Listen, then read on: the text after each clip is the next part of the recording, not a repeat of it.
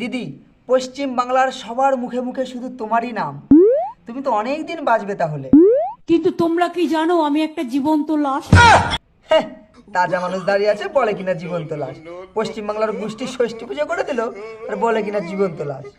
আচ্ছা যাই হোক, কি হয়েছিল বলো তো শুনি। আমার মাথাটা মেরে ফাটিয়ে চৌচির করে দেওয়া হয়েছিল। বলো কি, কি দিয়ে মেরে মাথা ফাটালো? একটা ডান্ডা মারলো লোহার, আচ্ছা, লোহার ডান্ডা মারলো, তারপর কি হলো? মাথাটা ফেটে গেল। আচ্ছা, মাথা ফেটে গেল। তারপরে কিছু দেখতে পাচ্ছিলা তুমি?